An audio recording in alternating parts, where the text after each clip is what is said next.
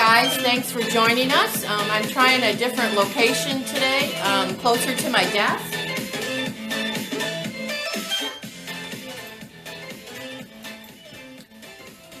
We'll see how this works for us. Plus, it makes me clean up my desk. If you're joining us today, I'm going to be talking about the word assumptions. I haven't been on in a while. If you've read any of my posts previously, I had a few problems. One second. Okay, we'll get rid of some of that background music. I was ready to start a series on women in leadership, and I started working on it, and the next week I had a collision with a chili pepper. Now, I eat spicy hot stuff all the time, but this time I got into a little bit too much of it, and I ended up with a allergic reaction. My eyes puffed up, my lips puffed up, and they were so puffy I decided to put some ice on them. And I did a really stupid thing. I pulled the ice away and it was frozen to my lips. So I don't know if you've ever torn the total skin off of part of your lips from here to here. It was a mess. It was a real mess. And then the next week I decided to work outside for an entire day, not realizing now that I'm in the country, just a little ways down the road from where I live, they were doing beans and harvesting all kinds of crops, which was stirring up every allergen that happens to exist. So then I lost my voice. So I'm back today. I'm not going to be talking about women in leadership today, but I feel led to talk about one simple word.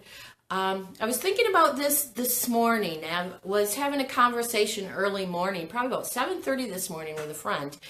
And we were done with the conversation, and my day went on, and the word assumption came to my mind. How many times we assume something about someone. Like, for instance, the person was assuming something about me that they assumed I had no idea, no background in, and it was something that isn't good either, but it was during my younger days. And so the person started telling me this and this, and well, you wouldn't know this and you wouldn't know that, and usually I don't speak up.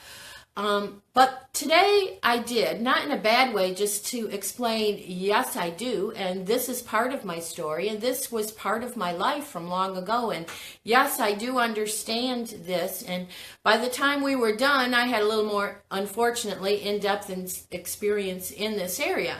But the word kept coming back to me as I was preparing to come on here today, and the word is assumption.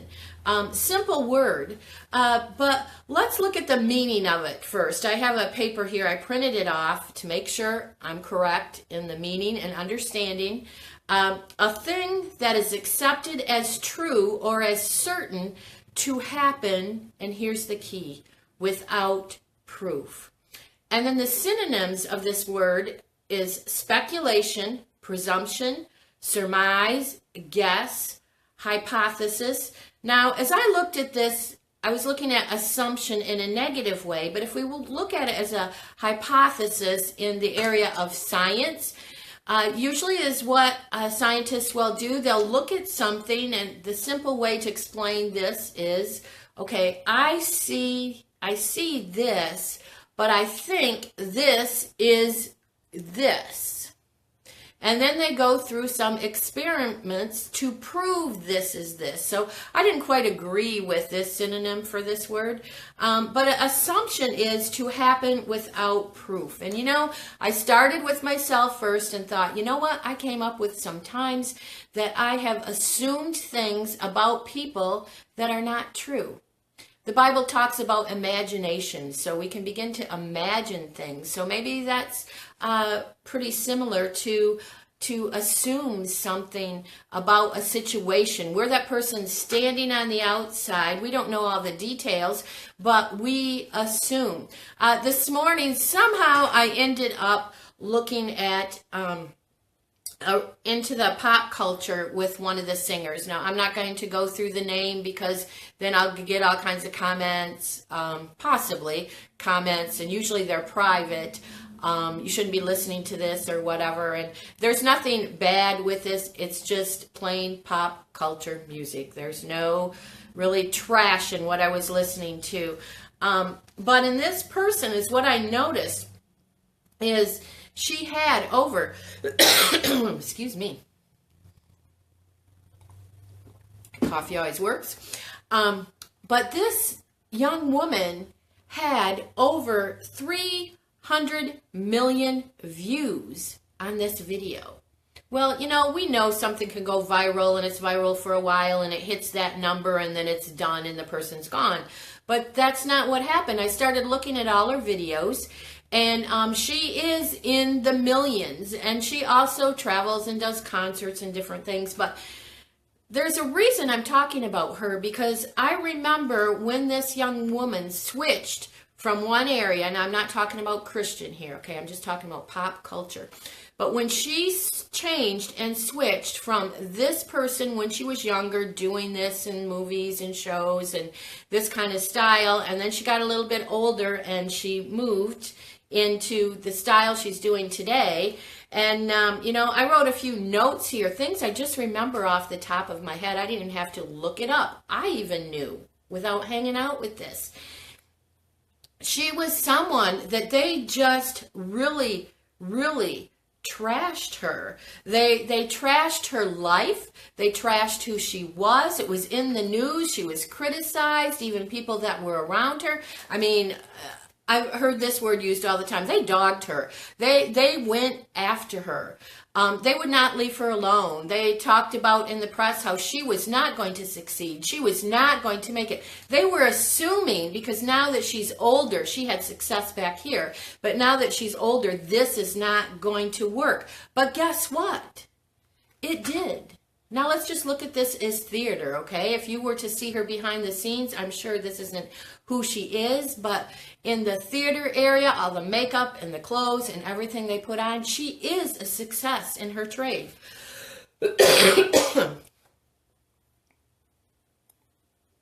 Sorry guys, it's one thing about live. You get to hear, my voice is getting scratchy again.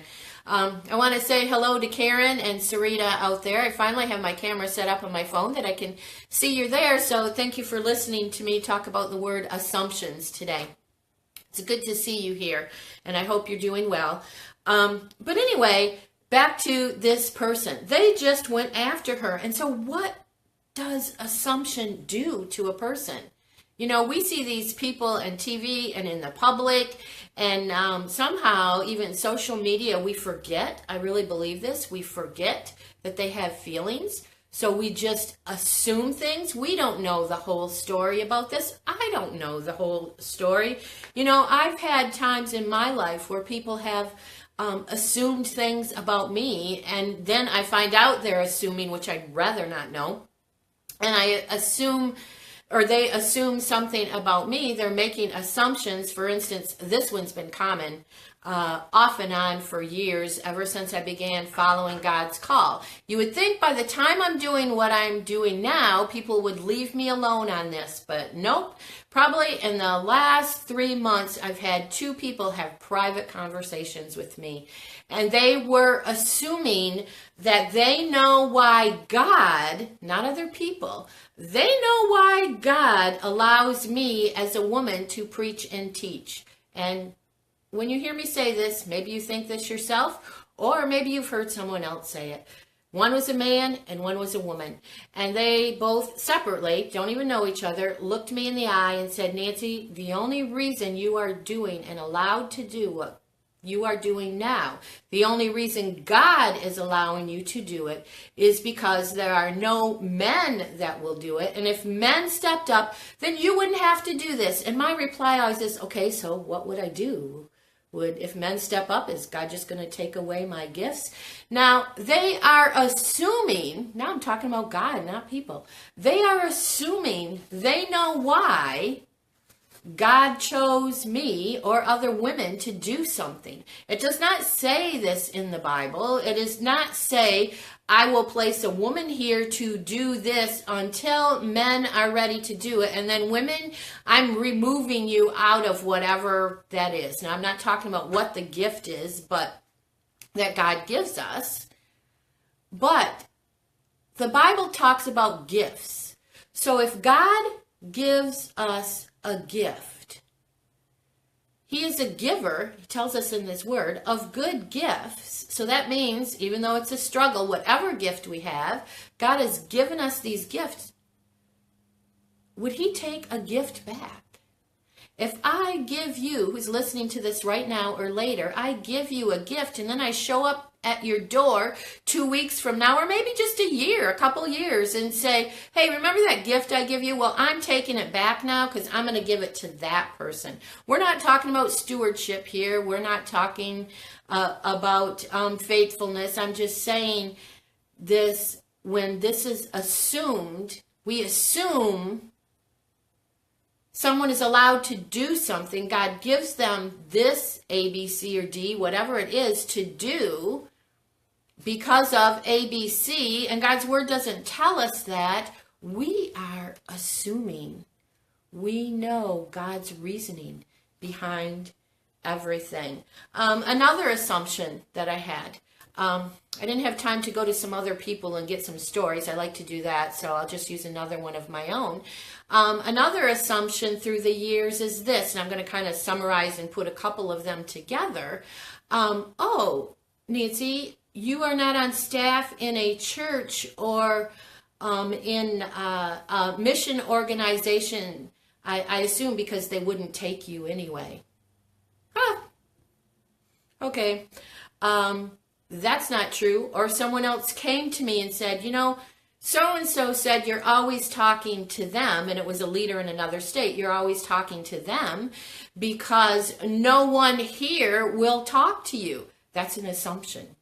But at that time, I'm not now because I'm very busy, but at that time, I was in contact with pastors and leaders within my city, even meeting or making phone calls. When I had a question about something, when I didn't understand something, they would help me. So here we go again with assumptions. People are assuming because I'm not on staff in a church as a director or a pastor, or I'm not part of a mission organization, which I am my own organization, but because I'm not part of them, and that I started this because no one wanted me. Well, that's not true. I have never, except for one association, and I was turned down, and they felt that what I was doing just didn't fit, and that was more partnership. But I have met with mission organizations throughout the last 20 years. I have went to school. I have talked to pastors. I have never been turned down for a position. I don't say that arrogantly. I say this to go back to our word, assume, not just about what I'm doing. Do not assume about the people around you. Do you have proof? Now let's take us one more step before I step off my little soapbox of this word here, that we can also take these words, the word assume, and our assumptions, and we can start talking to other people. We can say, and people love to come to me and tell me this, and I do not like that, and they'll say, you know, so-and-so was talking about this, and they said you're doing this because, so now is what that has done. Two more people are assuming, and maybe you talk to someone else and it never comes to me, or it's about you. You're listening to this right now. For me, this is why I would rather not even hear it, because it's distracting.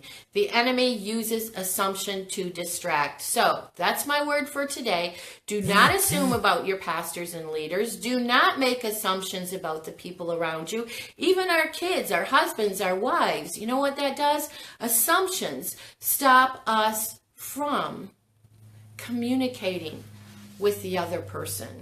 Let me see if I can find this here. I looked this up. Of all things, it was, I did a little Google and came up with Psych Central, which is a psychology page. Assumptions also Don't let others share their side. Assumptions leave people feeling undervalued and unheard, said Thorne, who was the person writing this. She works with individuals, couples, and families to improve their relationships. And it's what I am finding.